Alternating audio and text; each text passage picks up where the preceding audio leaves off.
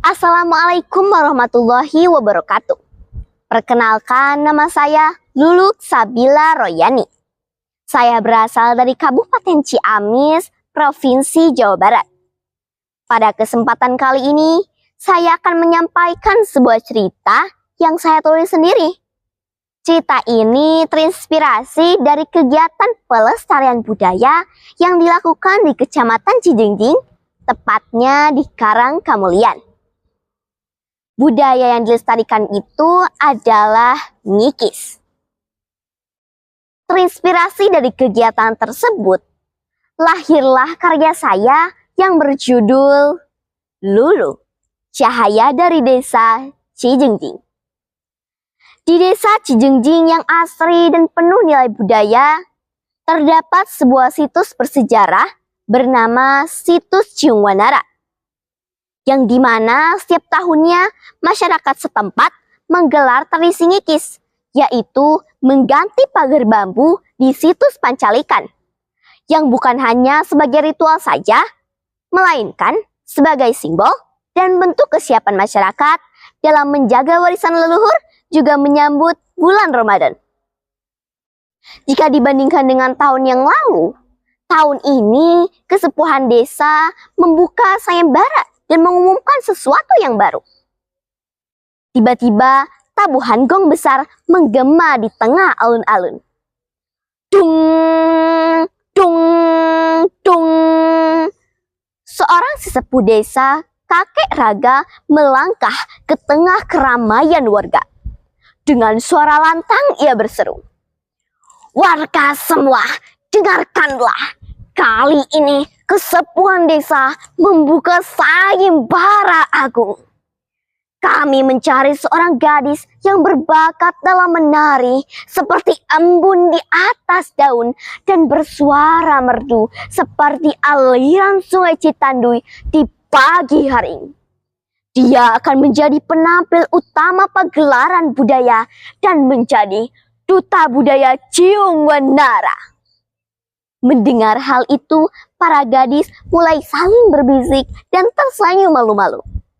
Namun di antara keramaian terlihat seorang gadis berdiri terpaku. Dia adalah Lulu. Matanya yang berbinar, hatinya yang berdebar, menggenggam ujung selendangnya dengan gugup. Seolah berkata dalam hati, "Mungkinkah aku bisa mencobanya?" Pengumuman sayembara tadi menyebar dengan cepat. Para gadis mulai berlatih dan sanggar-sanggar seni pun mulai terisi penuh. Namun di antara hiruk-pikuk itu, Lulu yang bukan siapa-siapa. Dia hanya seorang gadis yang berasal dari keluarga kurang mampu. Meskipun demikian, dia dikenal sebagai gadis yang giat belajar dan selalu membantu ibunya tanpa mengeluh. Di waktu luangnya, kadang dia berlatih menari, menyanyi di belakang rumahnya.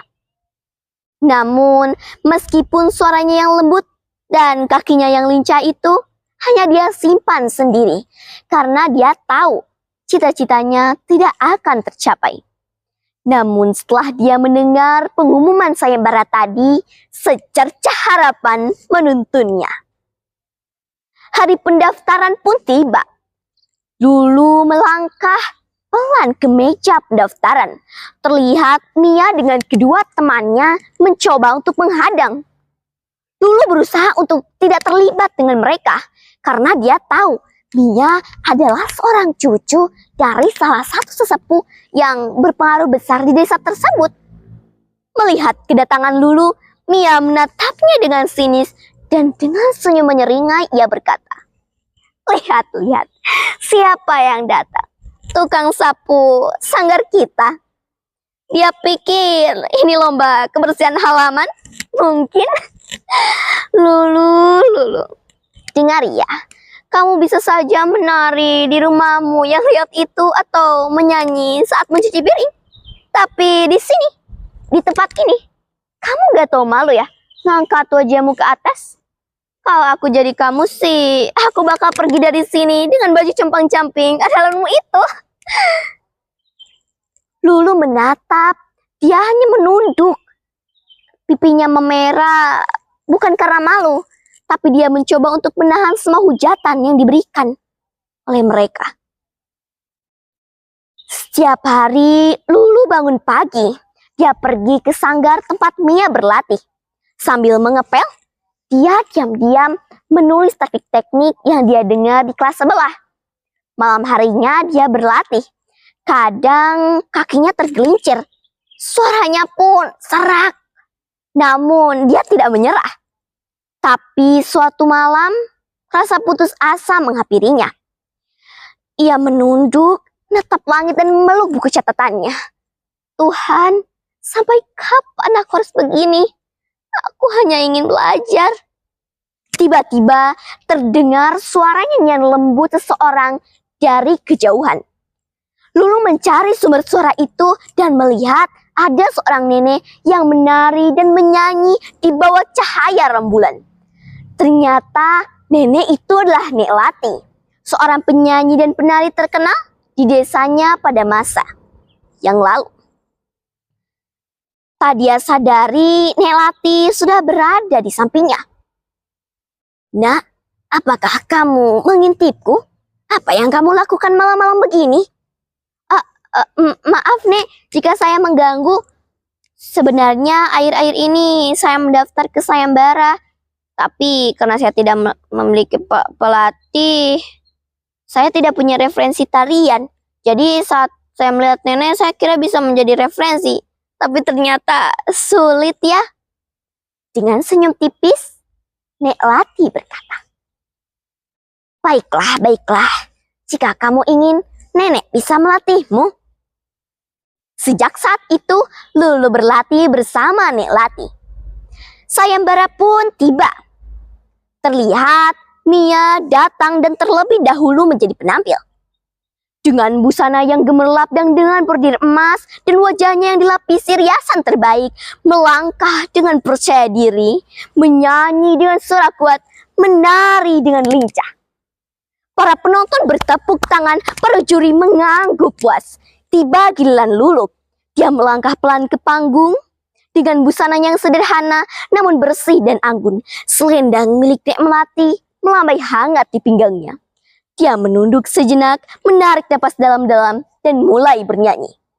Suaranya lembut, rapuh namun perlahan meninggi, membelah udara, memikat hati siapapun yang mendengarnya.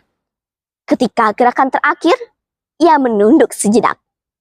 Awalnya suasana hening seketika, namun tiba-tiba sorakan dan tepuk tangan para penonton meledak. Para juri berdiri dari kursinya, tanda mereka puas. Seorang sesepuh desa berlari ke atas panggung, mengangkat tangan Lulu tinggi-tinggi dan mulai berkata, warga semua, inilah duta budaya kita, duta Ciung Wanara, Lulu! Lulu berdiri di panggung, menatap langit. Terima kasih Tuhan, terima kasih semuanya. Akhirnya aku bisa mencapai cita-citaku. Terima kasih dan wassalamualaikum warahmatullahi wabarakatuh.